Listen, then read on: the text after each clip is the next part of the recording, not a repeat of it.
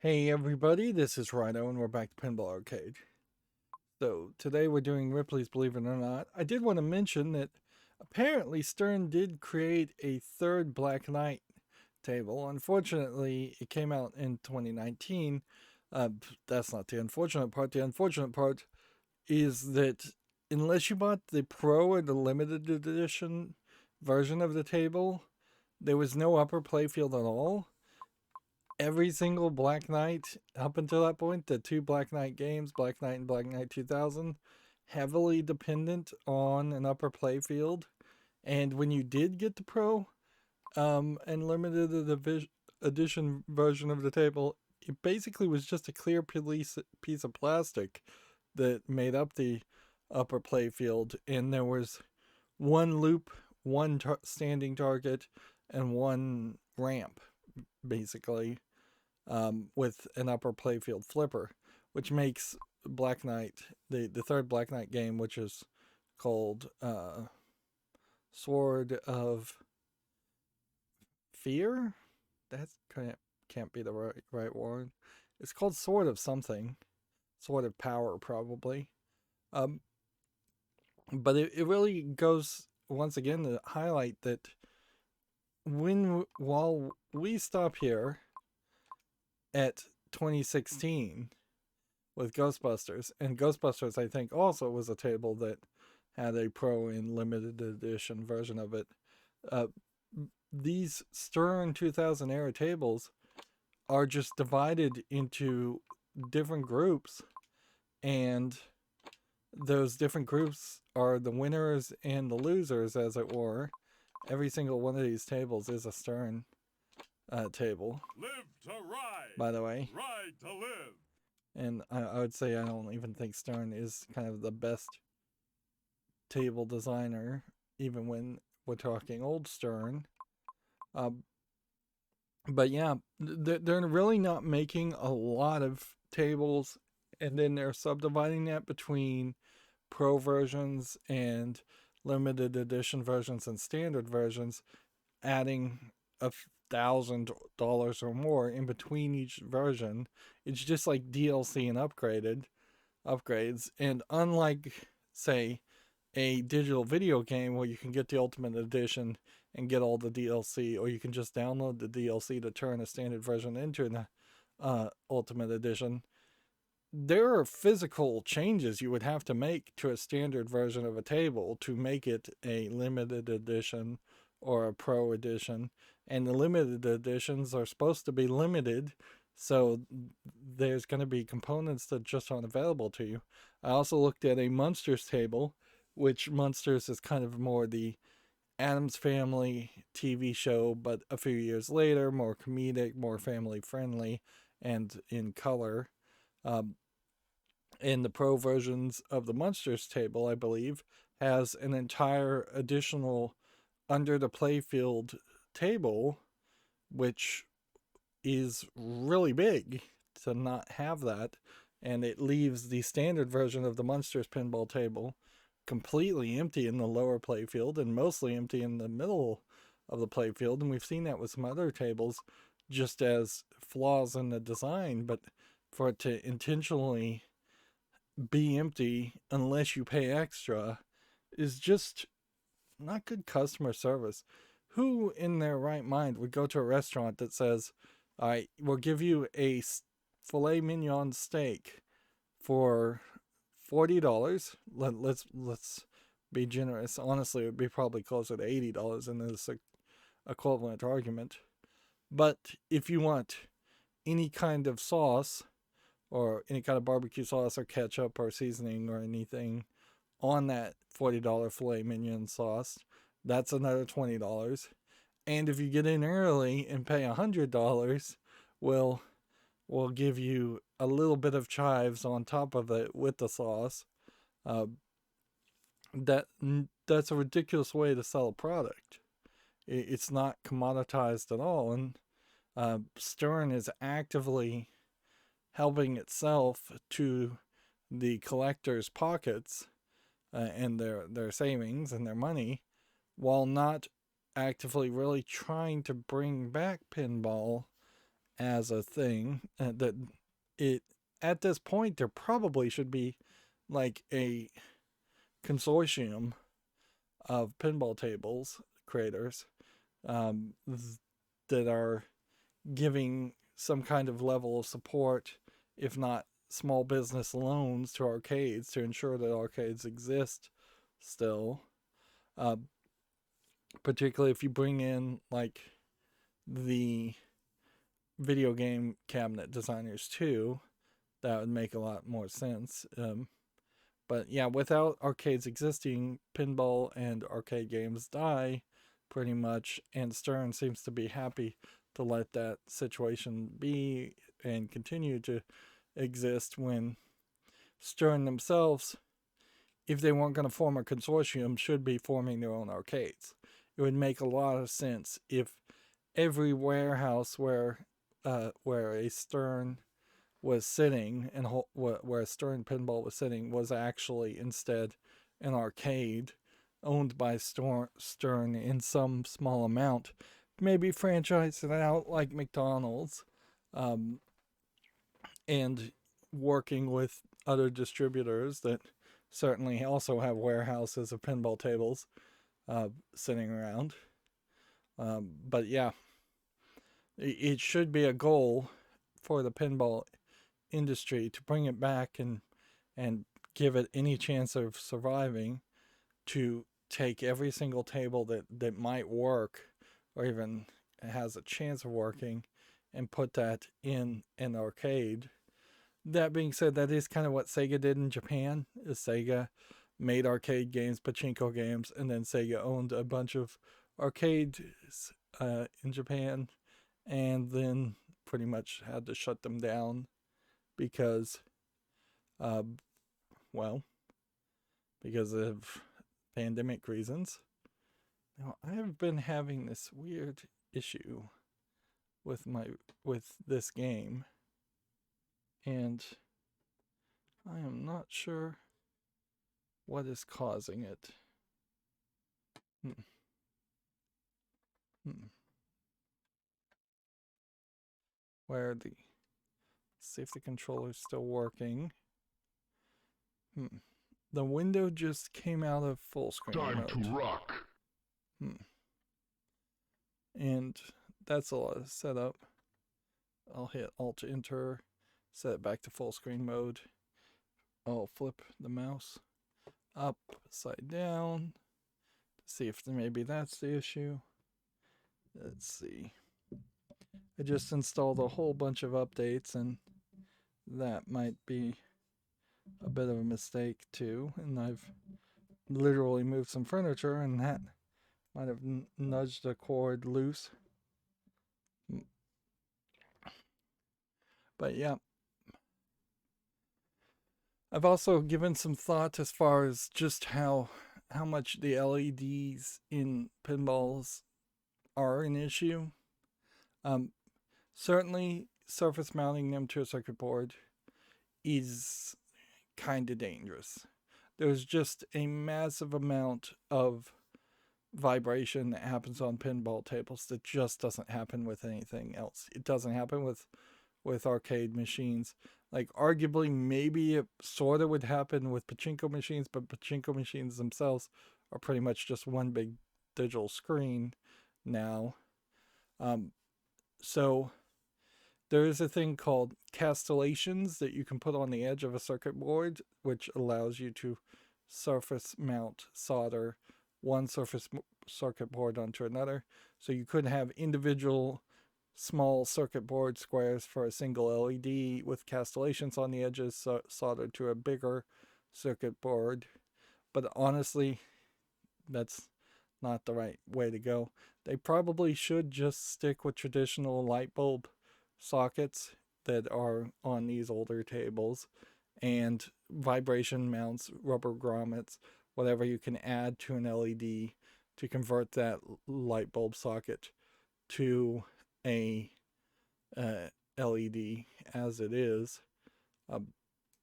Of course, if you are not building a new table and just replacing a bulb with an old table, there's not really a way for you to control the color. You pretty much just have either a pre-programming of whatever that LED's color is going to be, or a manufacturing of whatever color that LED is going to be, and then you put it into a light bulb socket that just gives it a positive and negative. Or I suppose you could put in a chip to make it slightly programmable, or some fuses to make it slightly programmable. But yeah, you would want to keep the price as low as possible, because I still think for pinball, unlike other light bulbs that you would replace in your house, LEDs probably are going to get replaced somewhere between 3 months and 3 years. You're not going to get the claimed lifetime of 8 to 12 years or longer on an LED with that level of vibration and the level of heat that is going to be produced probably by the LED that would be difficult to dissipate.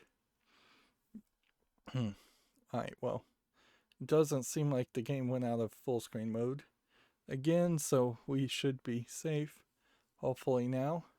Let's start playing Ripley's Believe It or Not. This is one of the first tables that I played when I got these tables 3 or 4 years ago. So I played a lot of it digitally, haven't played any of it in the real world. Ripley's Believe It or Not, 2004. We jumped quite a distance there. The last table that we did was 2001. And it wasn't even that good of a table. And now we're at 2004. And in all fairness, I would say Stern in this era, and even now, doesn't make awful tables. They haven't come out with anything that's just an absolute stinker that nobody would ever want to own or ever play. And frankly, they keep the numbers small enough that even if they did come out with an absolute stinker of a table, it would just come and then be forgotten about. Pinball players have so much nostalgia in their heads, they would just go back to talking about old tables anyways. There's much less of that video game rage when you spend $60 on a new game and find out that it's horrible. Like Cyberpunk 2077 is kind of a great example of that. Like, major year or two, if not 3 or 4 of hype happened, getting people hyped up and talking about the game before it came out. You don't get that much with pinball fans.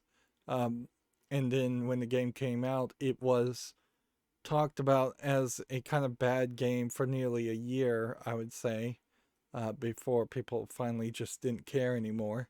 And even now, they're still updating Cyberpunk 2077, but people don't really care about the updates. So yeah, this came out in 2004. This is possibly the most complex table to come from the legendary pinball designer Pat Lawler. I've heard of him, who also created Funhouse and Addams Family. So this should be right up the lane as far as, alright, if you liked Addams Family and if you liked Funhouse, you should love this table. Although arguably, I kind of had some problems with Addams Family, and I do like Funhouse in theory, but can find it annoying in actual practical play. It allows the players to travel with Robert Ripley across 7 continents to discover the strange, the bizarre, and the unusual. Now, Ripley's Believe It or Not is a collection of museums and a book series, but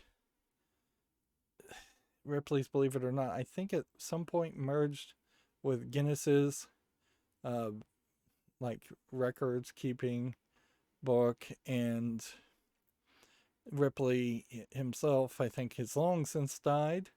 There was a TV show around Ripley's Believe It or Not. There is, I think, some evidence, if I recall correctly, that a lot of what Ripley's claimed to be true was just made up freak stories,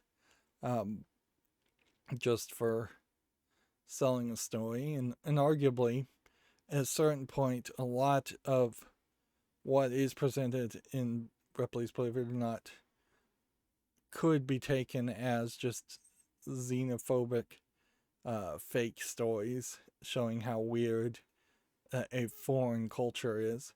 Although I would say Ripley's Believe It or Not, it's not so much about that as much as it is three-headed chickens, the world's tallest man, things that are more individualized and just weird.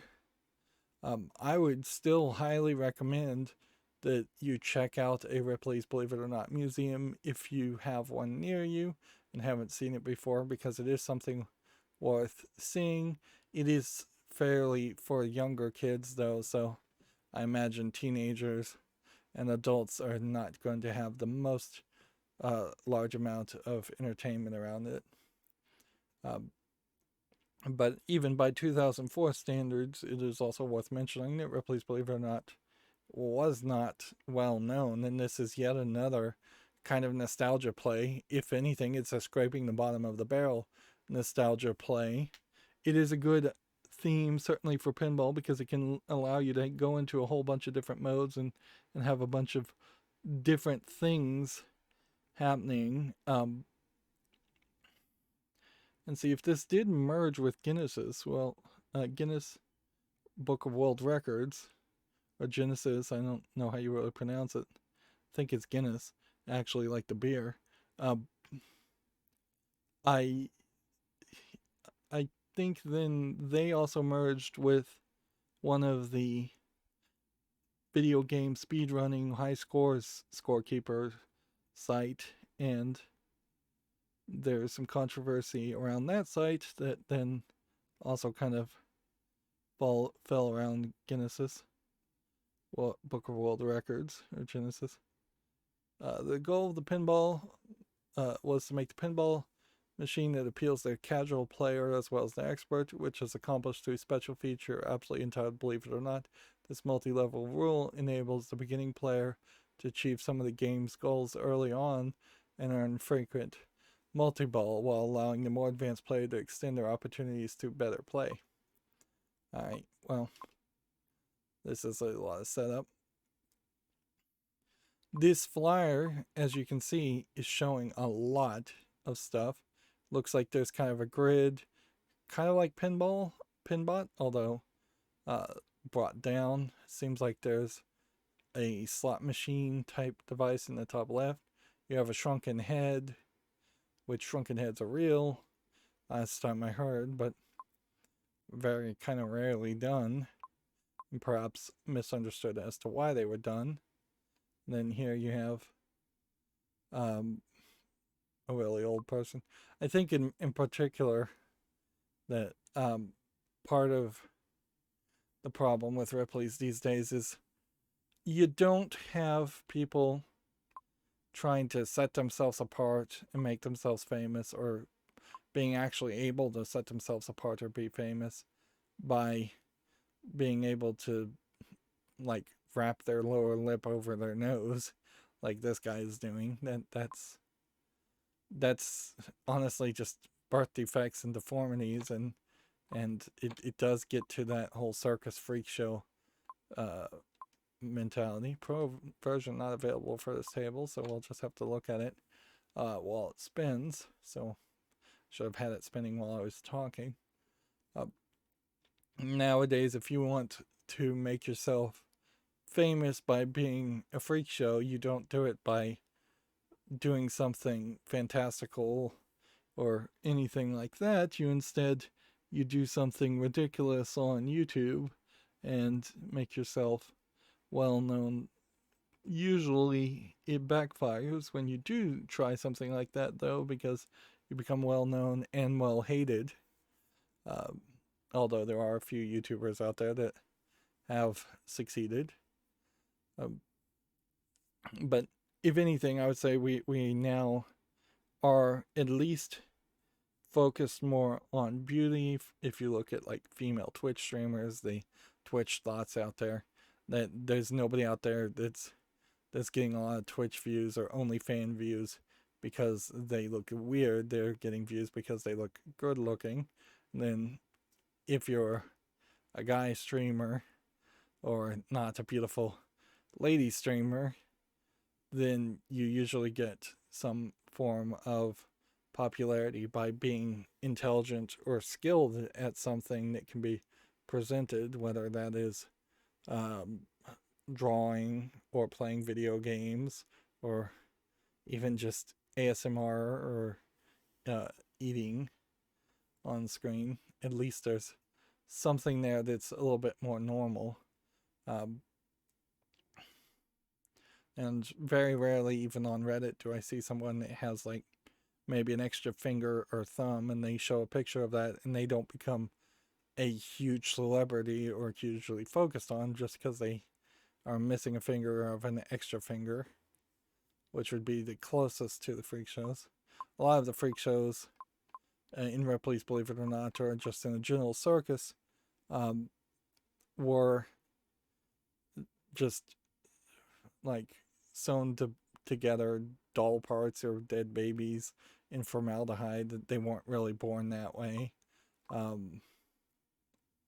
There was actually a positive story of somebody who invented the incubator, or a version of what the modern incubator was, and he ran a freak show because the hospitals would just abandon these babies if they were like newborns or under premature babies.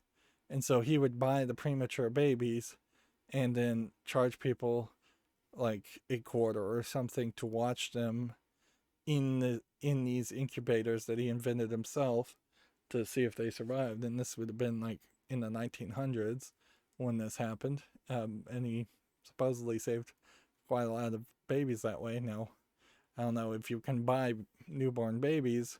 What do you do with them after they survive is the question. Do they just become circus performers? I guess they do.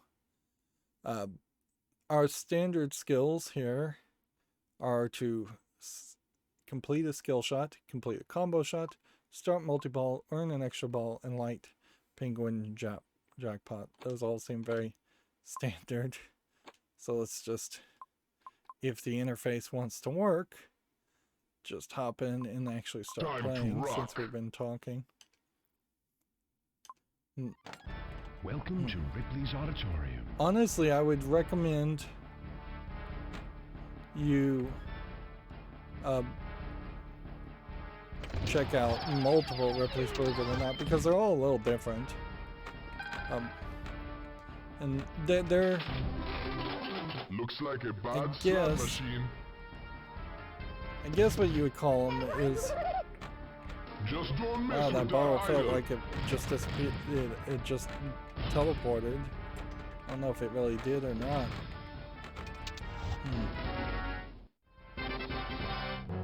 But yeah, they're kind of like kids museums with less science, and so I'd still probably pick a kids museum or an art museum or an adult museum first for the educational and accuracy value there. But Going, man. if it was between going to Disneyland or Disney Not World, done yet, man. Ripley's, believe it or not, museums will be way cheaper and less demanding, less walking, for sure. Let me tell you about That's so weird, man. Interesting, it just jumped the audio. a roller skating penguin. How amazing. I feel like in this table too, to try and just make this more universal, they've kind of made up some Time to stuff. visit Australia. Boomerangs, an incredible weapon. Or they're going with things Fucking lit, man. at least that would be very Careful. Double points. 2 more to go. consistent. They don't want like the world's tallest man, because there's potentially going to be the next world's tallest man after that. Is the ball stuck? It literally stuck. Alright.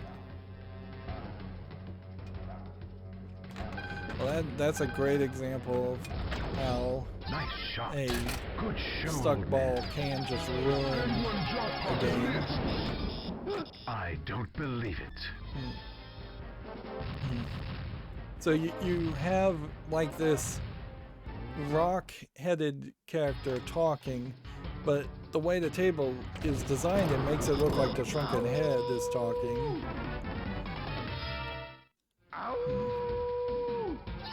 Bozo had a mind-reading dog. Yeah, that's fiction. And the thing about like the Ripley's TV show is it probably turned into the TV show Fact or Fiction, where the writers would just make up half the stories, and then the challenge was to determine if a story was slightly based on reality or if it was completely made up.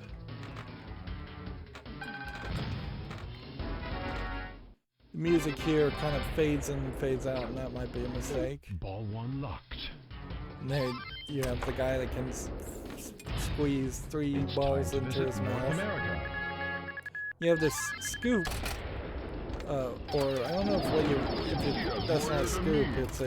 It's a push bar, I guess is what you would call it. Keep going, man. But it seems to be fairly easy to push.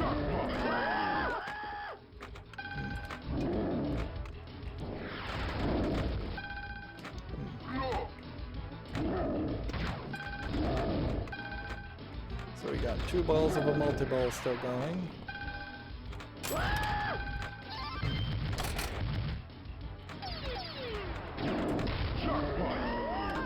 It wants me to shoot directly up the center lane. This is one of those tables like Twilight Zone where it is very split. If anything, it's very similar to Whirlwind too in the split. 2 more to go. There's a lot of screaming, a lot of noise on this kind of table, so you could probably get very annoyed with the sound effects. You see, there's a Bigfoot.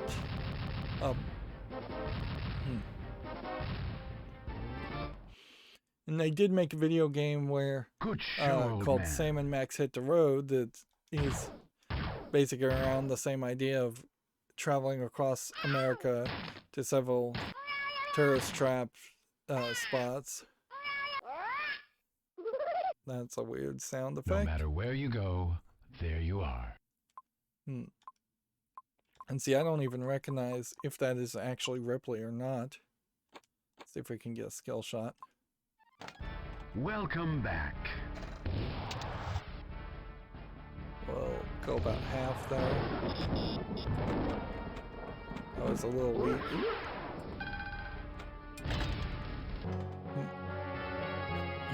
It's time to visit Australia. I kind of like the idea of having to hit a specific Incredible weapon. thing, but with a certain amount of force.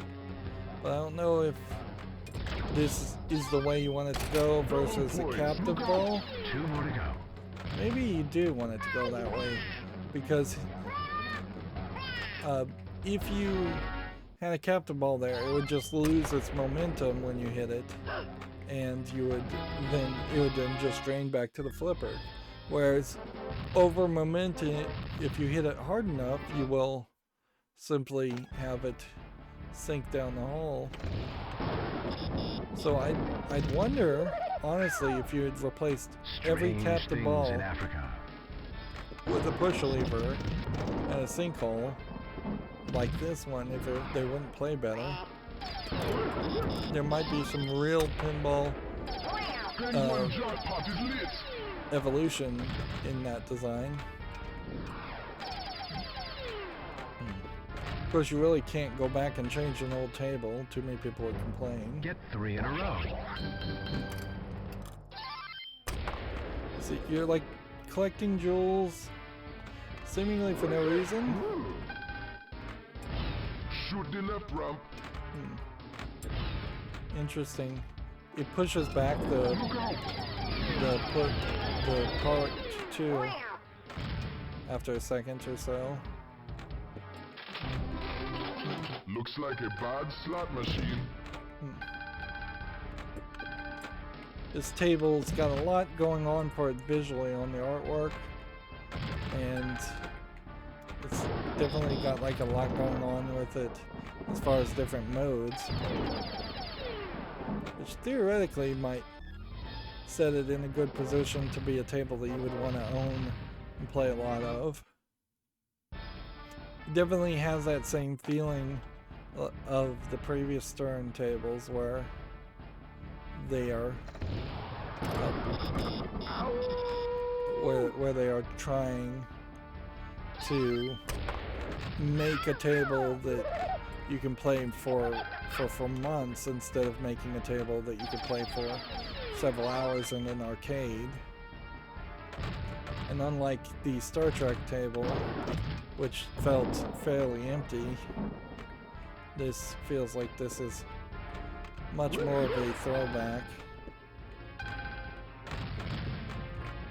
And yeah, this is somewhat similar to the Addams Family layout without the horrible Addams Family magnets that messed up your shots.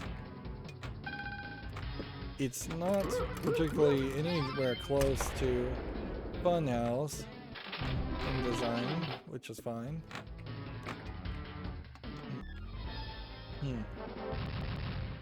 It does feel like starting modes in this game, though, is very, very difficult.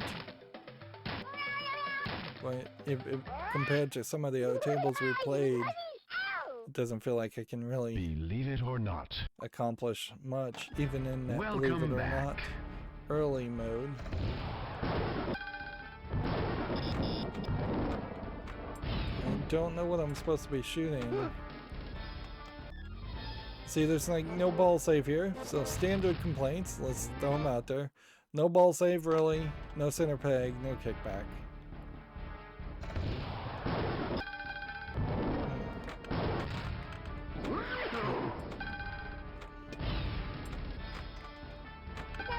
When you don't have a standard Just fan don't mess with layout, that idol. then you have a lot more focus on a fewer shots. And in this case, it's Time hitting to that visit center Asia. ramp and the shrunken head. Firewalkers. And there's a concept of whether a shot is makeable with the left flipper and the right flipper, and I'm not sure you can actually hit the shrunken head with the left flipper at all, and I'm not sure you can hit that center ramp with the right flipper.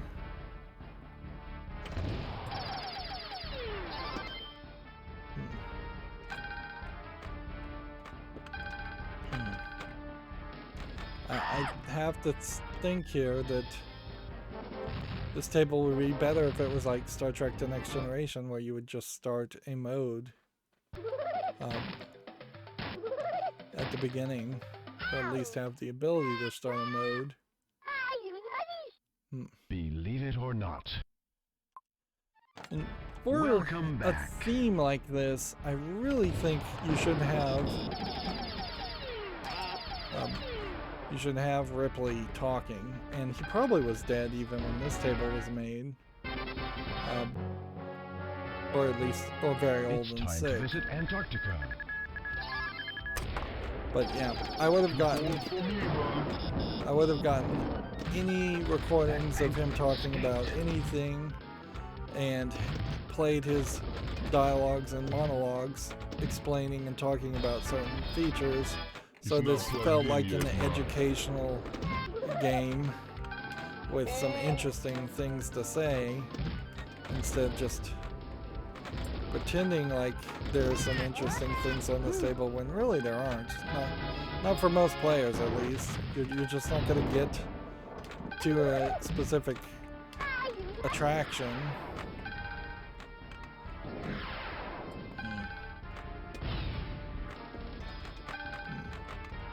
And the shrunken head on this table kind of feels like just a throwback to Funhouse, but it doesn't really do anything other than light up. Shrunken heads. I love collecting these. Yeah. See, yeah, more lines of dialogue like that would have been appreciated.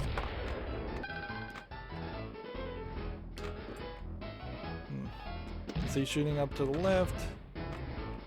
It's fairly useless. Can we pick on the idol instead?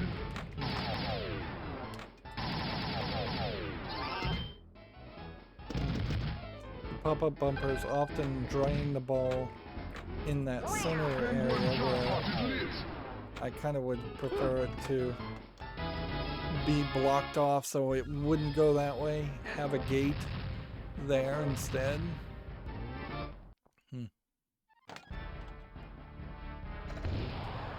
Yeah, I feel like this is just one of those tables where until you start getting good at it, you're not even going to be able to really see the depth of it. It's kind of the opposite of Pinbot, where you pretty much at first glance could tell what every shot was on Pinbot, and Pinbot didn't really have any modes or anything, so there's not really any secrets. I guess compared to Whirlwind, I appreciate that there's no spinning sand discs. I don't think I like that ramp shoots the ball to the left flipper, and I don't think I like that the top flipper just shoots the ball back into a loop to the top right flipper again. There's basically no way to get to the ball to the right flipper, which is your probably most important shot in most pinball. Here it is almost completely negated. We've seen us drain out of a very wide open out lane on the right multiple times, and we're like 30 minutes in plus, and it's just like loss after loss after loss. It doesn't play well. No matter where you go, there you are. And inherently, that is the problem with a lot of pinball tables. Is it's not the concept, it's the angles, it's the shots.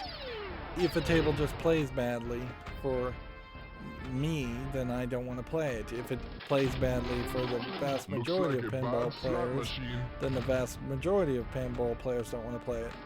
Very few expert pinball players even want to have their butt handed to them over and over again in a game that feels unfair, and that's all that really matters. It doesn't matter if it technically is fair. It's all about feelings here. How amazing.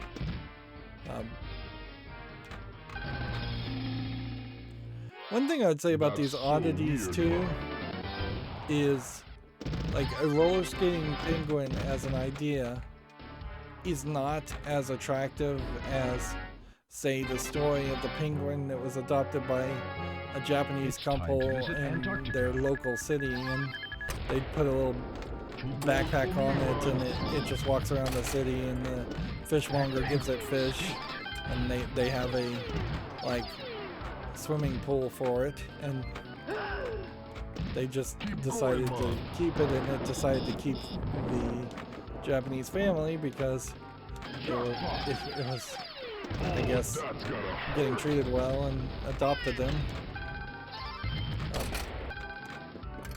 You see, a cutesy story like that is way more interesting than a gimmick story of gluing skates to the feet of penguins and forcing them to train, which was the downfall of SeaWorld. I'm not sure if there ever actually was a SeaWorld pinball table. Is that a documentary came out and just really highlighted how much of SeaWorld was really not treating whales and dolphins and such as well as they should be treated, in favor of having just 3 in a row. Just water shows in an amusement park. It's time to visit Africa. And it wasn't too long after the documentary Blackfish came out and pretty much nearly shut down SeaWorld. It felt like, at least, that Barnum and Bailey and Wrigley Circus all got rid of all of their animal acts.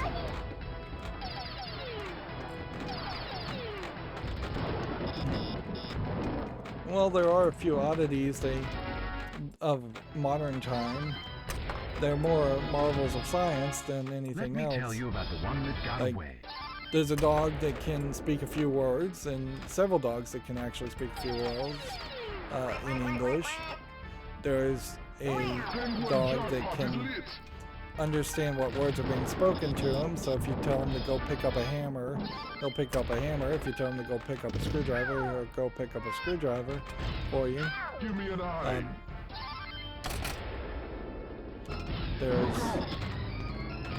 definitely some medical marvels and some laboratory experiences that are a little weird, in that we grew a human ear on the back of a mouse, a lab rat, basically, to show cloning, and we're on the verge of lab-grown meat becoming something that is just done.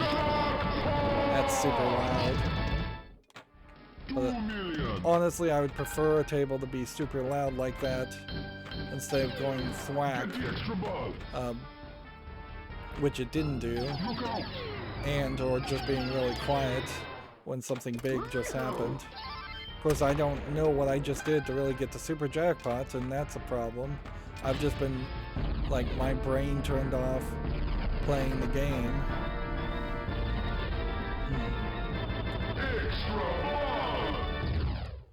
Yeah. Give me an O.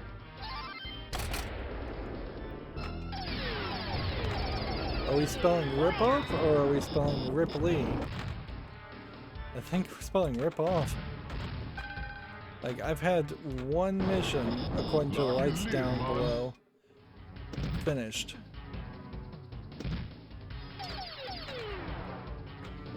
That ball, a little weird.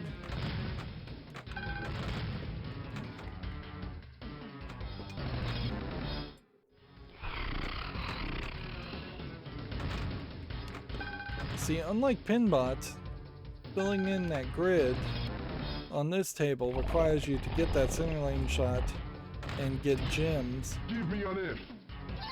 I think. I'm not sure there's any other way to actually do it.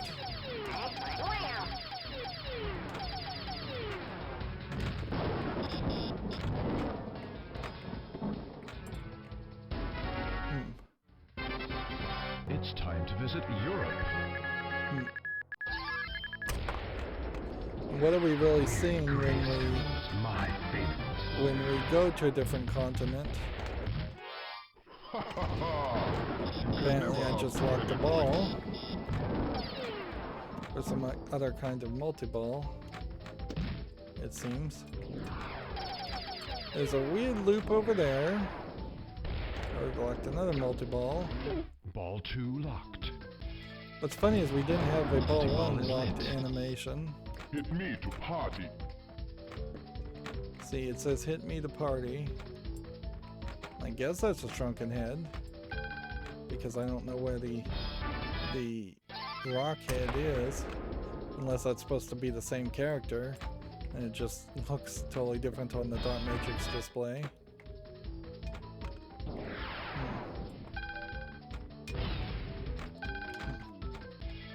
Time's running out.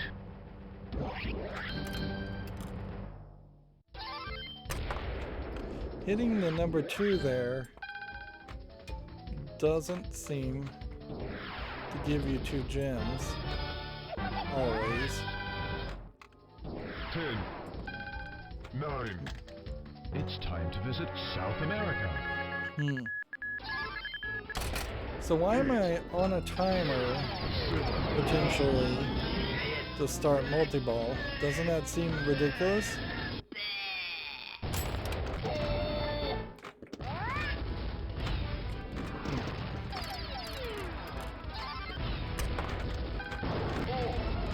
I suppose it's not too much to complain about, but there is some weirdness that the shrunken head sounds like a Samoan instead of speaking a true African language. But I think that almost is in line with a lot of these oddities as they were sort of made up. Maybe Ripley was in on it, maybe he wasn't sometimes. And he was just tricked or didn't care to really research it much. It's a lot like British explorers making up stories of cities of gold in America, or making up stories of the Middle East and Europe, and just kind of lying about what they saw if they even actually went and visited the lands.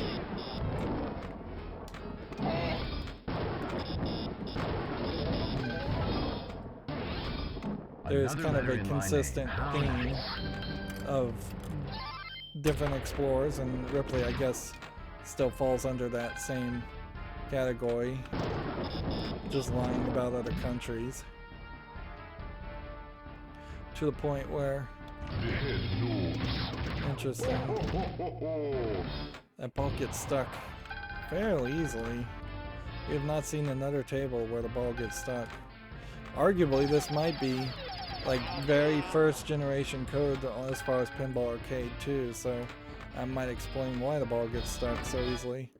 But it might just be that this table is actually just poorly designed.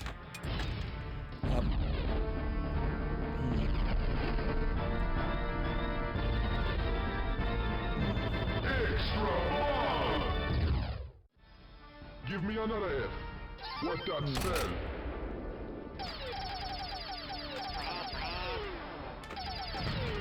I don't know if it would be particularly interesting a theme, but it would be an idea certainly to make a table that was specifically trying to be more like Where in the World is Carmen Sandiego, trying to be educational, although in all fairness even the video games from the Carmen Sandiego series are mostly inaccurately and wrong because countries have changed names and facts have, I guess, been somewhat disputed or become less relevant.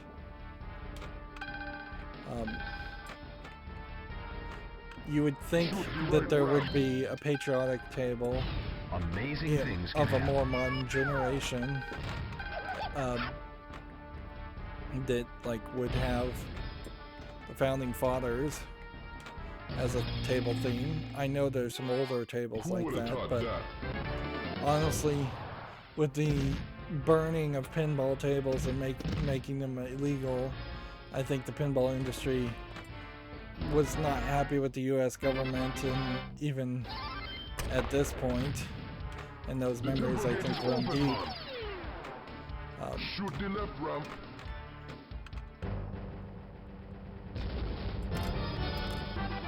Special is lit. Nice. Special is lit.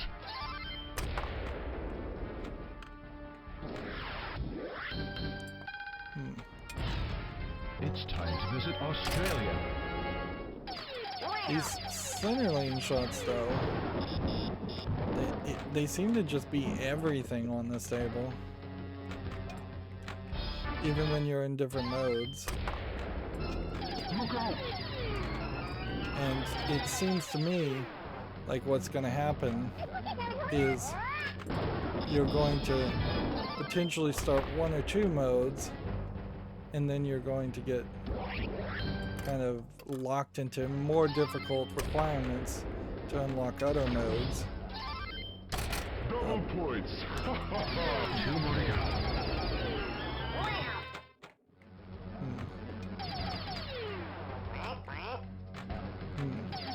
Which at a certain point that is kind of true on other modes of pinball. It's not unheard of to have to hit a ramp a few more times to activate something. But in this case, I kind of feel like I might have to do something 5 or 10 times to unlock a medium length mission. From the looks of it, we have visited 5 continents, and it definitely doesn't feel like we've visited 5 continents and done 5 discrete modes. This might be another table that just has that problem of being unfinished by Stern, and even the emulation and the code may have never gotten updated because of that. I wouldn't be surprised if there were some tables here that had newer versions of their ROMs that just never got updated to the Pinball Arcade version.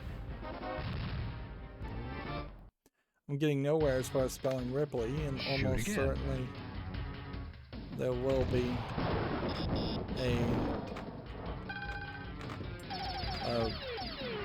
wizard gold asking to do that. This is one of those tables too with the upper flipper that you have to be better at flipping and not holding. It's time to visit Asia.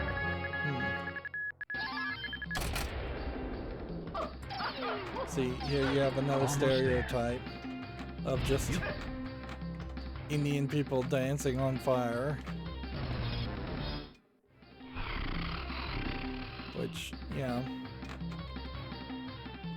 There are some people like that in India, but there's a lot more people in India not doing that than there are. And certainly India in 2021 is way more modernized in the big cities and changed quite a bit from even 2009.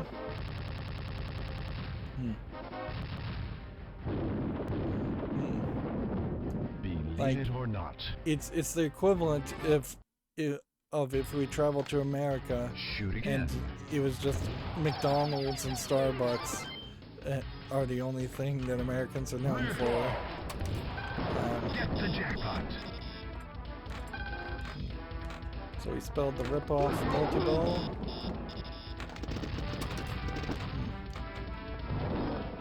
Which, if you don't know why it's called a ripoff multi-ball, that's just gonna feel like a slightly insulting name. Like you're ripping off the game. There's no actual physical motion of ripping anything off.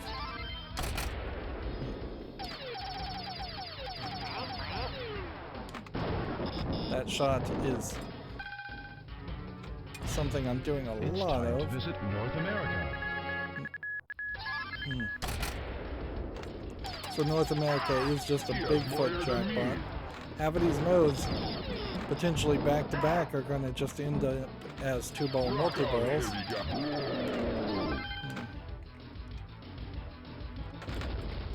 We've got a slightly different ramp for shooting for.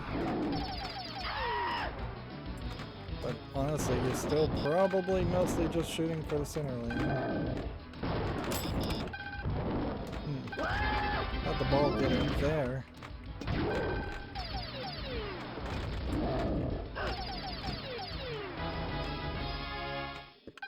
There goes another mode. Which now all the modes are blinking. Prepare to be amazed.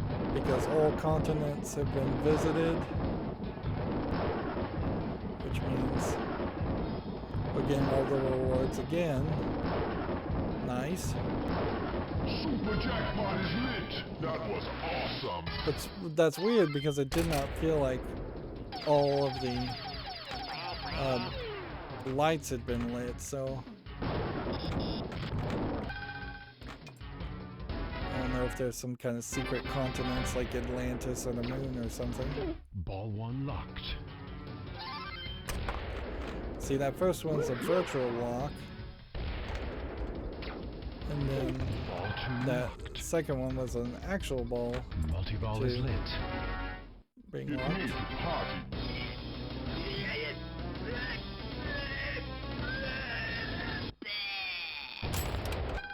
I don't know if there may just not be a no wizard mode on this table.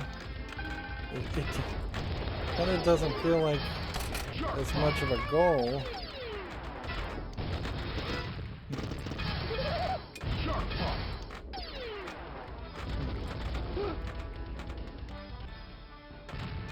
It doesn't feel like we're increasing any lights or accomplishing anything after we visited all the continents. It's time to visit Antarctica.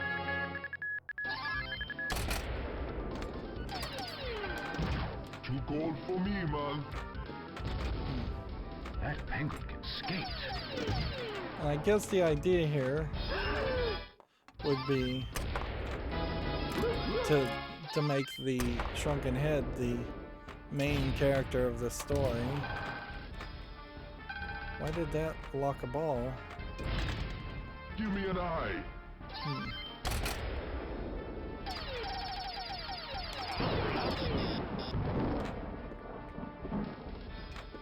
If you miss that shot or on the loop, it doesn't really penalize you much.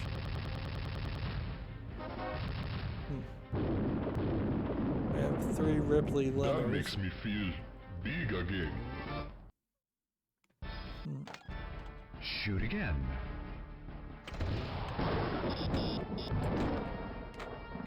I wonder if the skill shot involves hitting the pushback in a bounce.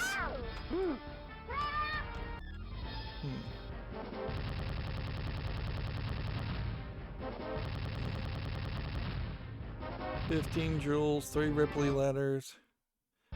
Like, how in the world am I not accomplishing the skill shot at this point? 1 million.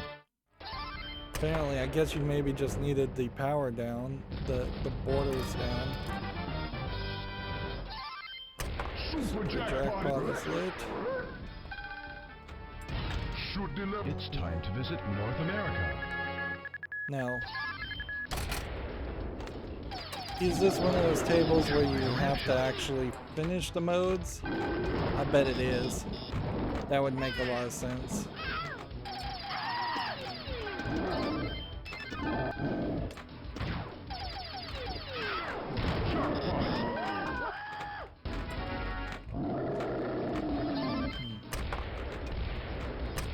Keep going, man. Now I'm up to 3 balls.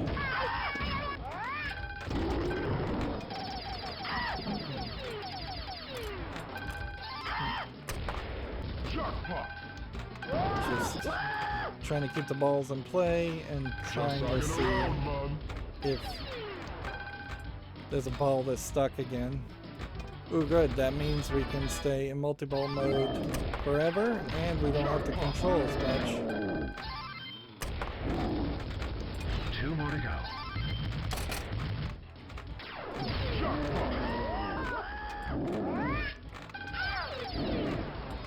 Just 1 more. So what's blinking as far as the jackpot? Thinner lane shots, I think.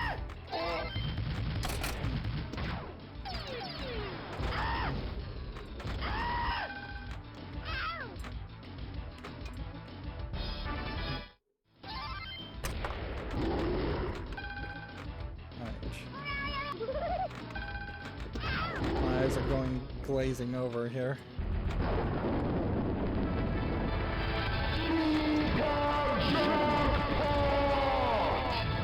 So maybe that was doing 5 jackpots in a row.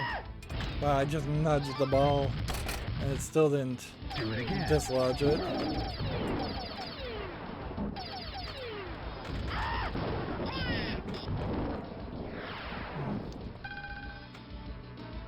This is ridiculous. How glitched that ball is stuck.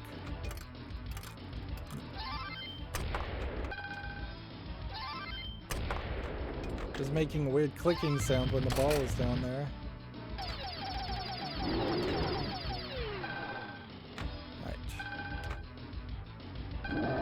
need the ball on the left flipper, really. But I need to be able to power that shot.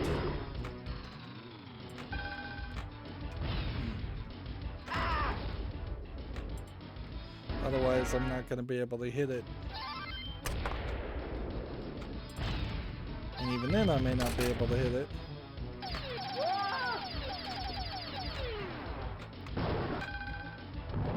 Just keep the ball in play, I suppose. This is how you get these kinds of super high scores, by the way, on the leaderboards. Is it may not be somebody cheated, it may be that the game itself let a ball get stuck. Which, in all fairness, that could happen in the real world too.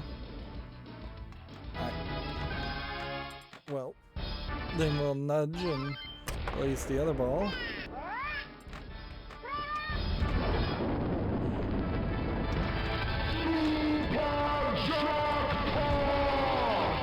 I don't know what the big lightning statue pointing is supposed to represent.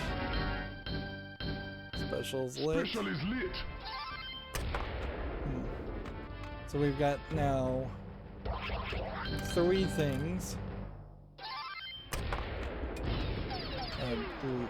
Lit with one thing blinking.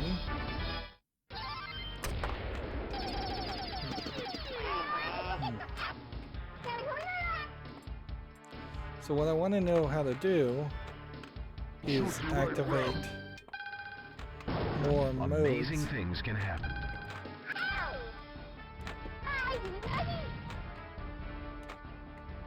And I don't know if there's a 5-lane combo shot that has to be done. I think I pretty much need to read the instructions. Beat that fool upside the head with a dead. Give me a P.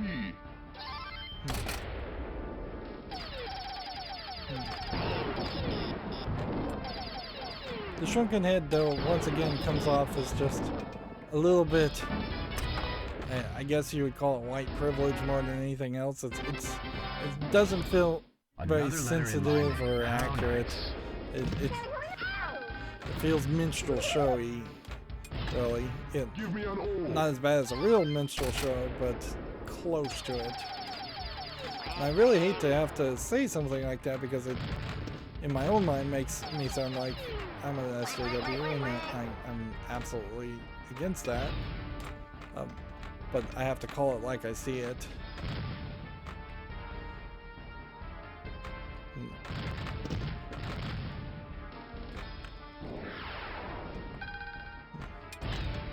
It's time to visit Asia.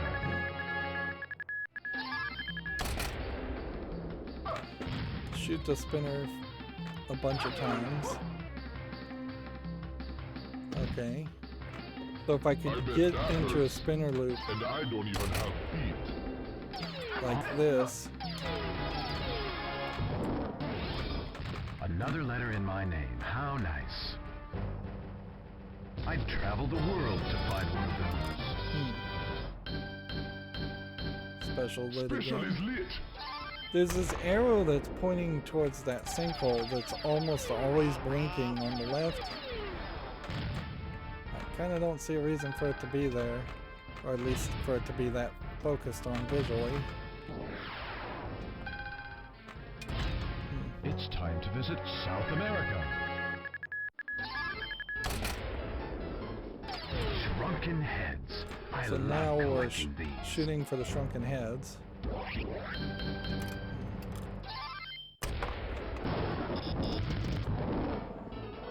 once again, this is a lot of this is going to come down to there. I shot the combo shot. Interesting.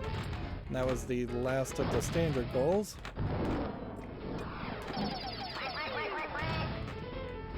Which, for a game that I've been playing for like 40 minutes, it feels like I can't even look over at the clock. It feels like I should have gotten all the standard goals a while ago.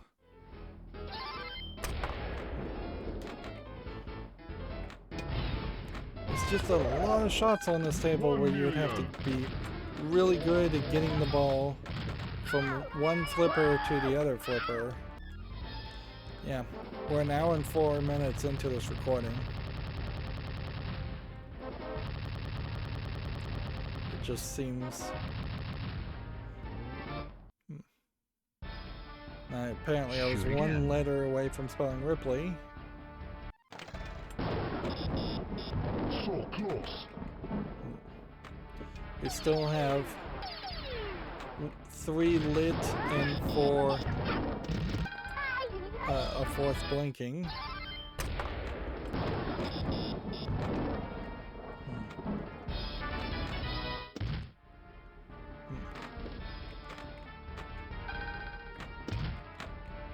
If you were going to do this modern, you would use LCD screens, you would use footage from the old TV show, you would have a random assortment of things that would be shown, but it wouldn't really matter what it's showing because it would still just be the same challenge and same shots anyways.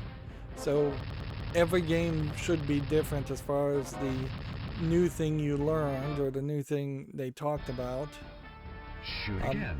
Honestly, it should not even be random. It should just cycle through all the interesting events or oddities. Shoot the right round.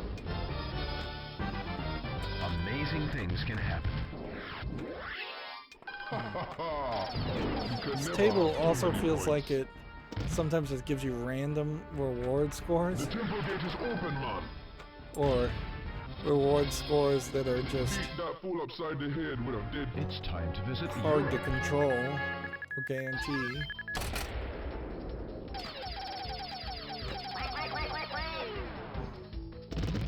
Okay.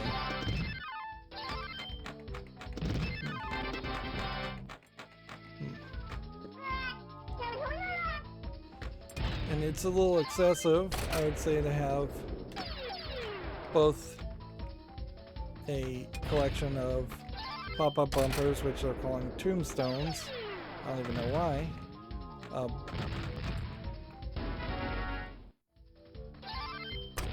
In 2 different places. I mean, it's kind of easy to not even notice that, but there are 6 small pop-up bumpers on this table, and that has to be in part because of bad table design, in my opinion. Visit Australia. I don't see how you get around it any other way. Boomerangs, an incredible weapon. I think the 3 lights below the continents are lights for hitting the stand-up targets on the left. And they just happen to be in line for no good reason, which I feel like that's weird. That's how you would design your table. Shoot again. This game is just going on and on, so we really won't even have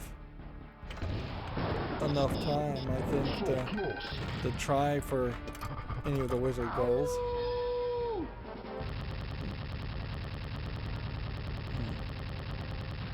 And the combo hold, I mean, you can just see this is just getting held from ball to ball, or at least I'm earning extra balls.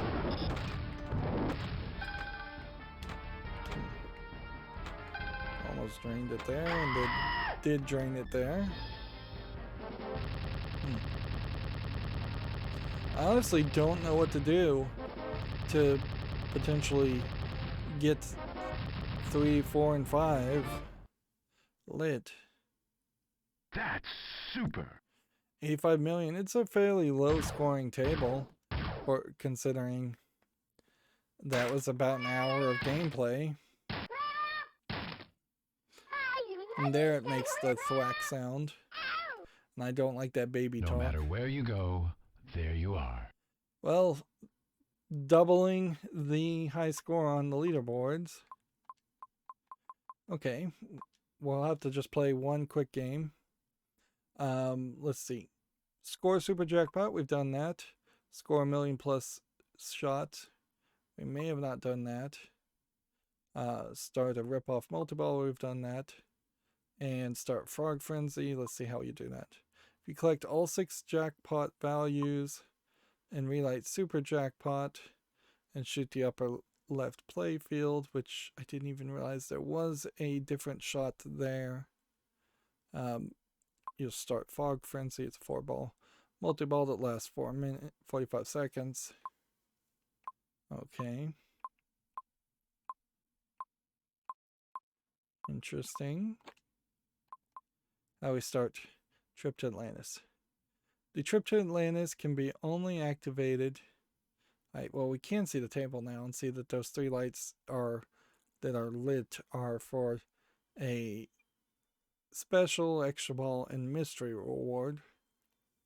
And I guess the question mark mystery reward might be Atlantis. It can only be activated by collecting all the letters in Ripley's, which is not 6, but 7. Complete the task of each of the trips to the 7 continents of the world. Once you've defeated all the letters, shoot the very target. Sinkhole. Interesting name for that. Start the trip. If you collected all the letters by completing each continent trip task in one try, it scores a perfect tour bonus of 10 million points. They don't have that as a wizard goal.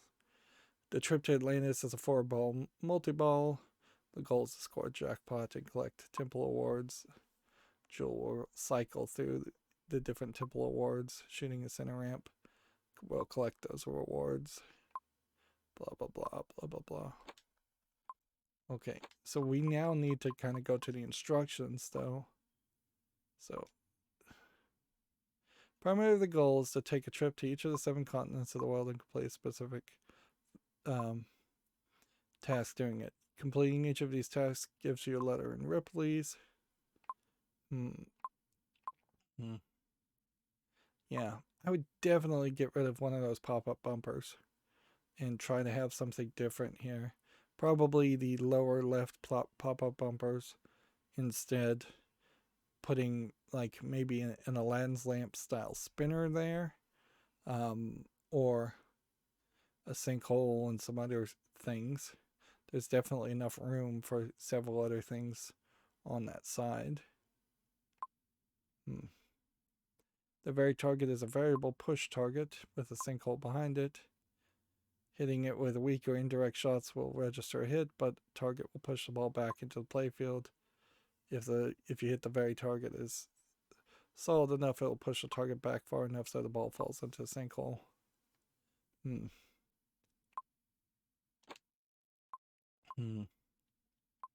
each of these countries have a different thing you're supposed to do. You want to shoot the shrunken head multiple times to trigger auditorium. And Bigfoot award. See, there's a big difference between big feet and cryptids and shrunken heads that actually kind of do exist. Or did exist.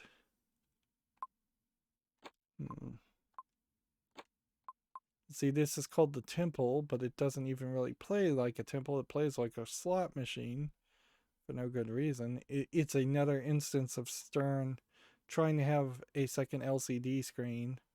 And they've improved it slightly compared to the previous table.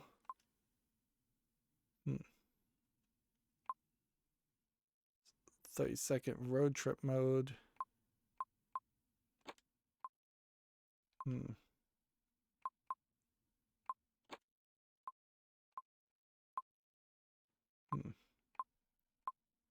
that's the idle. That area is weird. Because it seems like it is just a slingshot or some very, very tight roundabout with a rollover optical sensor or something, which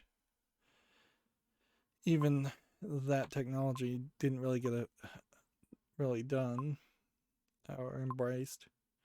There is definitely some optical technology that could be added to pinball tables, and Stern has been doing that. Like spinners could be optical spinners instead of mechanical spinners. I don't think it helps anything though.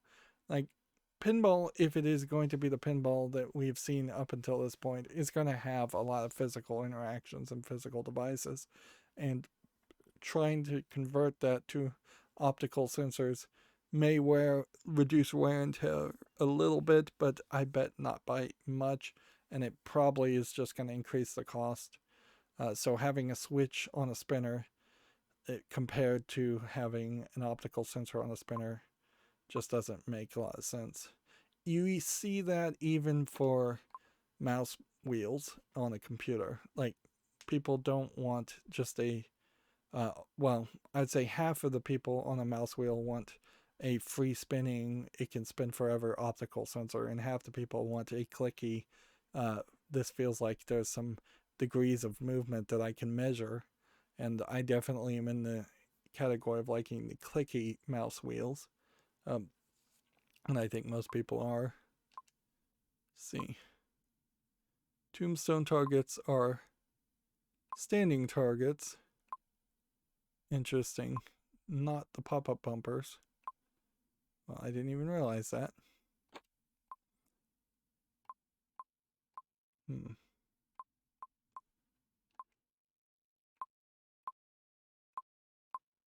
Yep.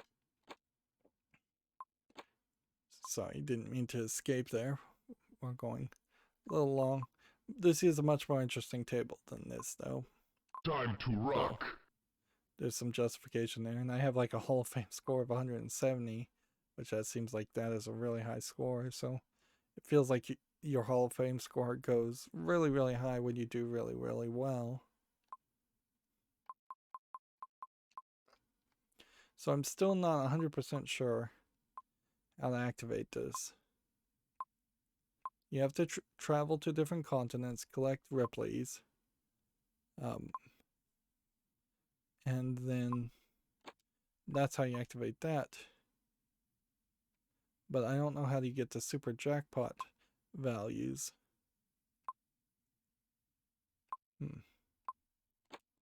So we need to look at super jackpots. Big points can be earned by scoring super jackpots. Super jackpot is lit after scoring 2 jackpots in multi-ball, after scoring 3 jackpots in rip-off multi-ball, and it can be lit as a random award from Bozo the mind-reading dog. Shoot the upper left loop to score the super jackpots. Super jackpots award the value that is flashing above the flippers. So those aren't missions, those are just rewards. That's crazy. Ranging from 1 million to 6 million. Each hit on the very target of pop-up bumpers here or there will advance it to the next value. Some of the other rewards will give you specials and extra balls. If you collect all 6 super jackpot values and relight the super jackpot, shoot the upper left loop to start Frog Frenzy. Okay. So that's just kind of crazy, because what it really is saying is get every single multi-ball and get a jackpot or 2 in every single multi-ball. Looks like a bad slot machine. So I don't know how you would really even work towards that goal.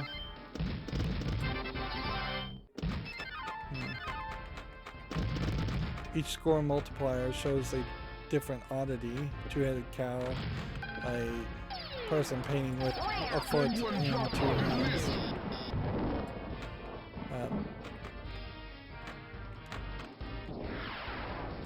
Okay. So Lock is lit, man. What I'm trying to do,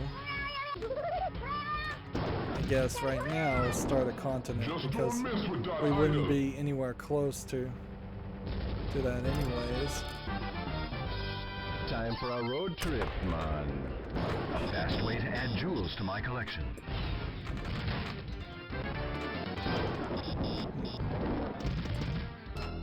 Look out!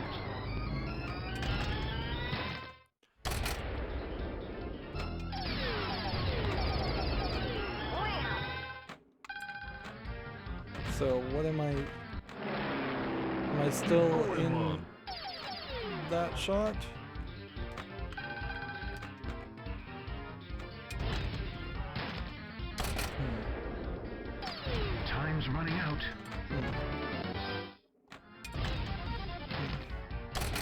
10, 9, 8, 7, 6, 5, 4. Oh, I'm loving that. 2, 1.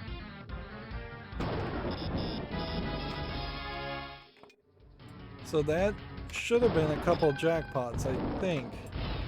So theoretically, I should be able to try and get a super jackpot now. But I've got to get that shot. And I have not been intentionally making that shot at all. And the angle on that doesn't seem particularly easy.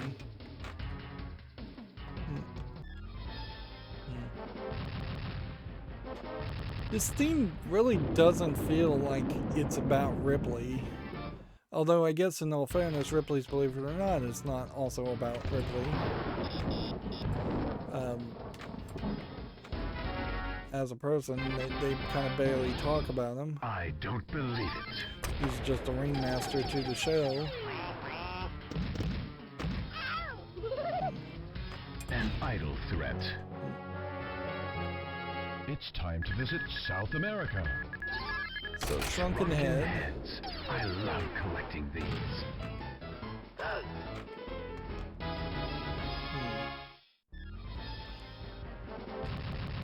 And it might be asking too much, but I kind of prefer if you are locked into a ball saver mode for each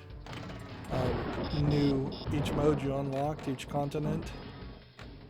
I suppose that would be nice, but that would be a little too lenient. Try a ramp shot.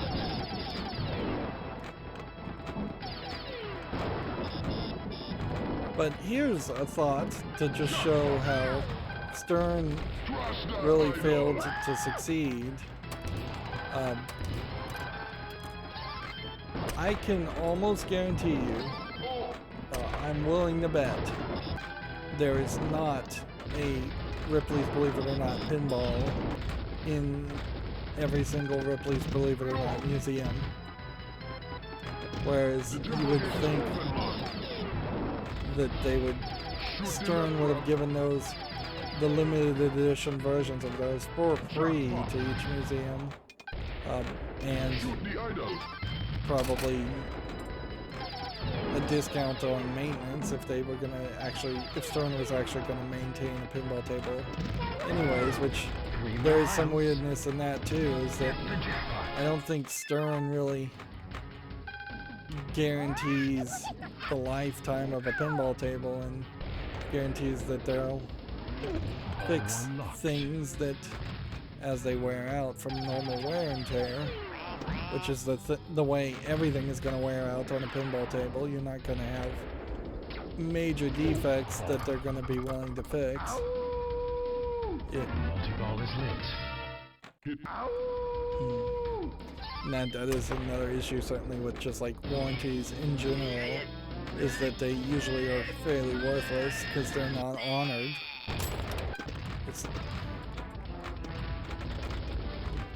Alright, so we need several jackpots.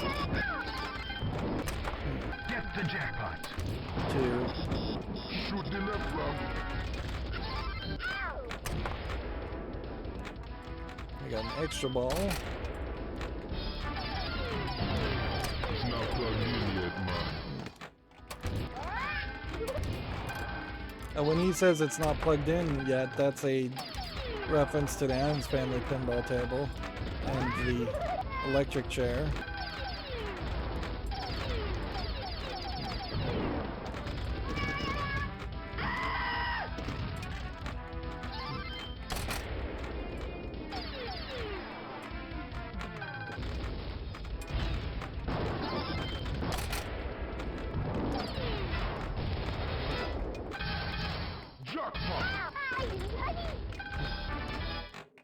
Super jackpot is lit. Super jackpot lit. Finally. It's time to visit Australia. So you would think An incredible weapon. at the end of this mode, Watch your head. that would have been the end of your possible super jackpot. But it isn't. I don't think. Careful. Although you may have some timers going on.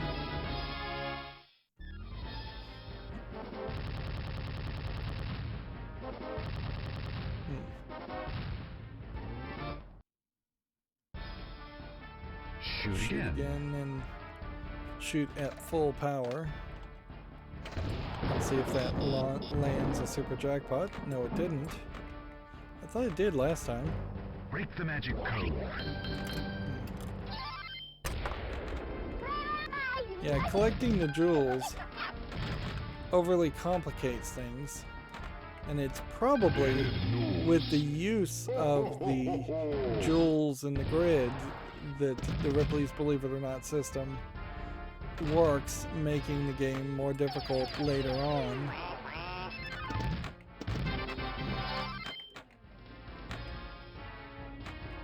It's not particularly great shots as far as trying to actually increase your in-the-ball multiplier. We've seen a lot of tables where that's not been a focus, or it's just been kind of impossible to pull off, and then we've seen a few tables that Shoot the left ramp. are insane as far as the number of in-the-ball multipliers they offer. Medieval Madness is kind of a great example of that type of table.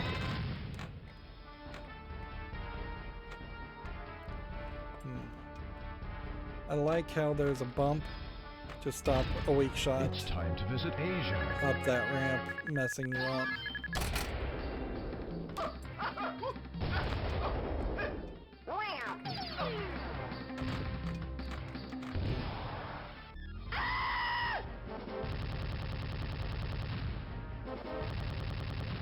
Yeah, but you're only gonna get so far on this table, really.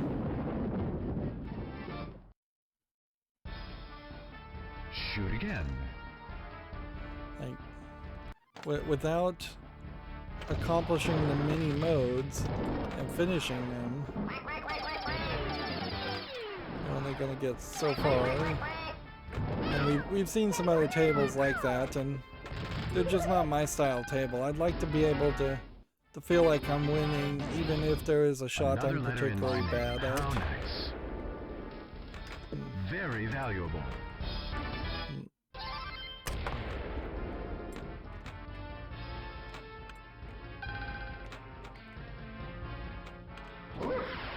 You might as well just start another continent trip as soon as you can,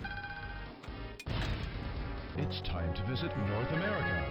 because every shot is just more valuable at that point. He has more air than me.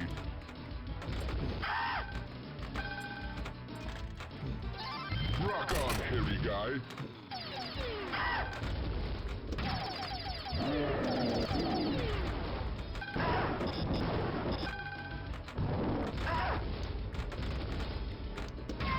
Just trying to go up the ramps as much as possible. Another letter in my name. How nice. Very valuable.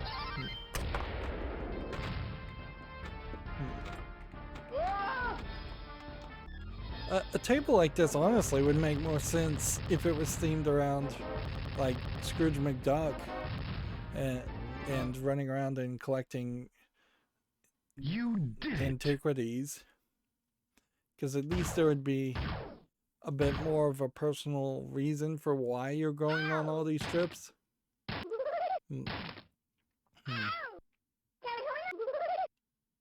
Or if Ripley was just a photographer and he was Believe it or going not. to take a lot of photographs and instead of just, I guess, writing news stories, which I'm sure he did have a photographer or a camera with him. All right, so yeah, we weren't able to, in the time, just because the game went super long, score a super jackpot. Not sure what this really would take. $1 million+ Temple Award. and then hit that for unlimited millions. And then hit that. I can't even figure out how to hit that ramp. Seems kind of just random and has to be in the upper right flipper. There's also 3 blinking lights on the backboard that I can't really read, so I have no idea what they mean.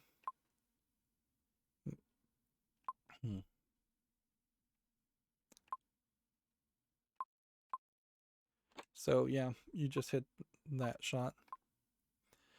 With enough time, I almost certainly would succeed well on this table and get all the wizard goals. See if I can bring back the mouse and not have it mess up. So overall, we have 111 billion on this table. Not a particularly high score, and then it quickly jumps down to about 10 billion, which is not particularly high at all when you consider that my score was 85 million for that game, which puts me at 9,400th place, which arguably is a fairly low score for what I thought was a particularly good game, and I think does just highlight that a lot of people would play this, because Ripley's, believe it or not, does have at least a little bit of name recognition. If we look at this on a Sunday evening, I'm in 10th position, so I didn't particularly even do that well. Yeah, I imagine if you can get Atlantis going, you're going to get 100 or 200 million at the end of the day. And how many people are playing already on late evening Sunday?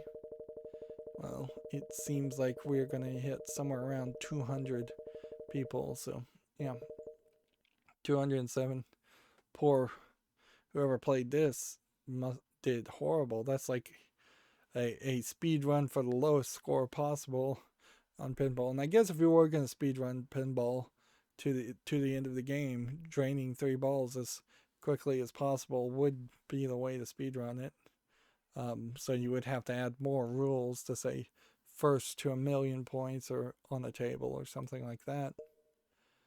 I'm in 83rd position, playing this on the 25th day of the month.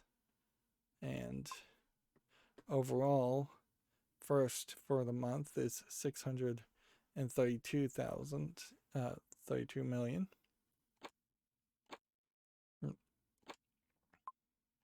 And see, in a funny way, I do want to put this table on the favorites. But honestly, I think my criteria of favorites is a little bit higher. I definitely wouldn't put Ripley's at the same level as Addams Family or Funhouse, so it wouldn't make it into the top 10. It might make it into the top 20. In comparison, Addams Family is not even in the favorites, and it probably should.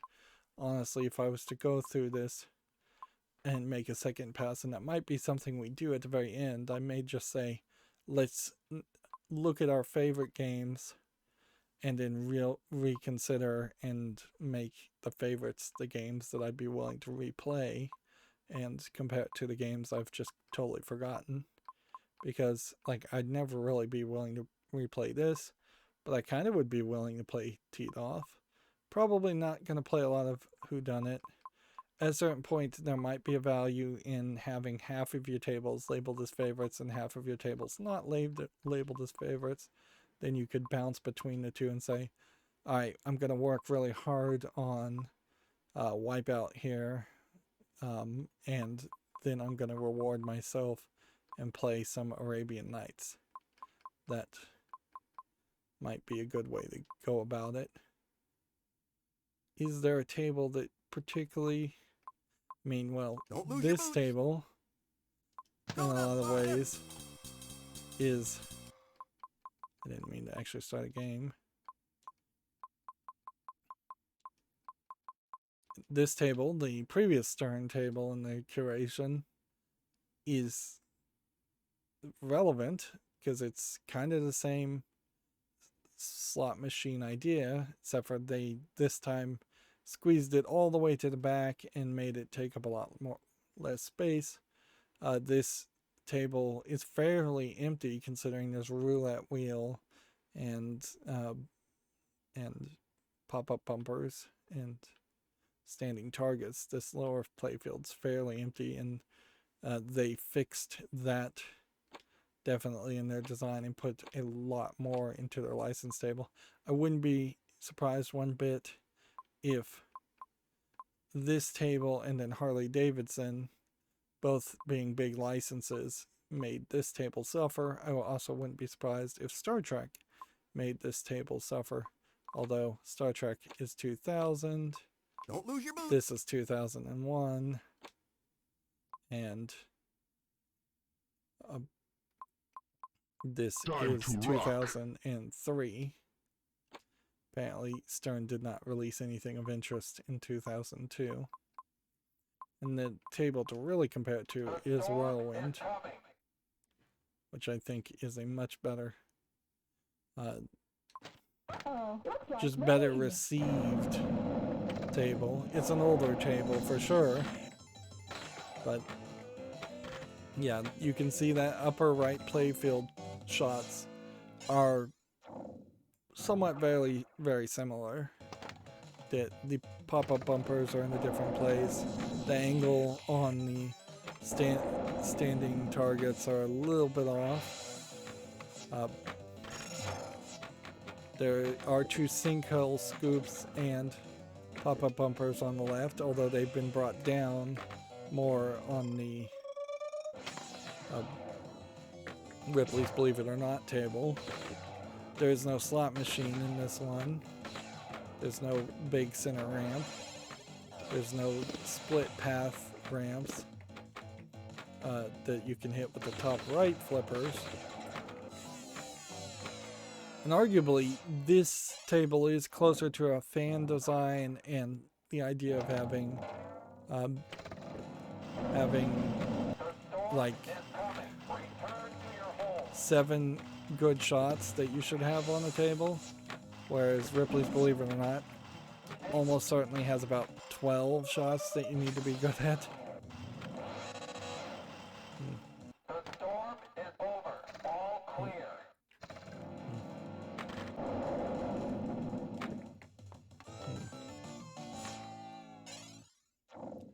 So yeah, even though this table does have the SanDisk spinners that I don't really like, this also, compared to Ripley's, is just more simplistic of a game, so you can focus on your goals. You don't have like 10 different locations that you're starting with 10 different shots to finish those modes. We saw that in Monster Bash too, and I imagine we have seen it in several other tables where you had to finish modes to get to that final mode. Circus Voltaire, same idea. And I really haven't liked a single table that really requires that. At the very least, they could require you to finish the mode, or survive the mode, or finish the mode, or get a mystery reward saying you finished the mode. Ripley's doesn't even seem to have a mystery reward that you're likely to get to finish a mode. And instead it's really got this split design between getting 6 different super jackpots, which is far too many super jackpots, and getting what feels like 10 different continent nodes.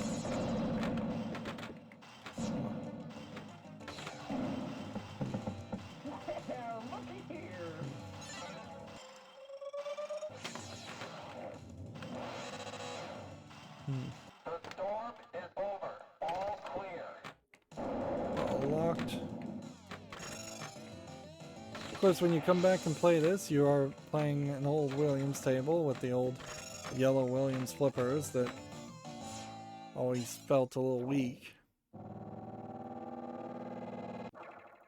Should probably mention I installed new graphics drivers, but there's really no reason why this game would look any better with new NVIDIA drivers.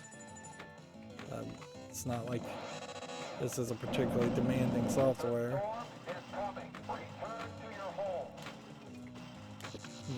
If anything, you're much more likely to run into CPU bottleneck than graphics bottlenecks on an emulation of a game like this. And we have seen glitches, for sure. Balls flying off the table.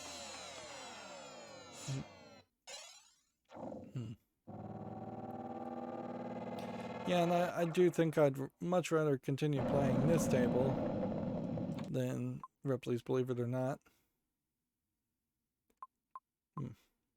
Some of that may very well just come down to the fact, though, that I played a lot of this when I first played Pinball Arcade. And so I'm maybe just a little bit more burnt out on Ripley's Believe It or Not than any other table. Well, we're going to be in a weird position, certainly after the next recording. We have Harley Davidson, and we have 3 tables I'm not willing to purchase. Then you have FarSight Studios Doctor Who table, and then we have Ghostbusters Premium, and then we are done. So, yeah, we'll have to see what happens. That's going to be it for this recording. As always, I ask you to like, share, subscribe, comment, and watch every second of my videos. If you want to friend or follow me on any social media sites, there's a whole bunch of links down below. And if you want to support me further, there's a link to Patreon, or you can friend me on Steam and gift me a game off my wish list. Thank you for watching. Have a good evening.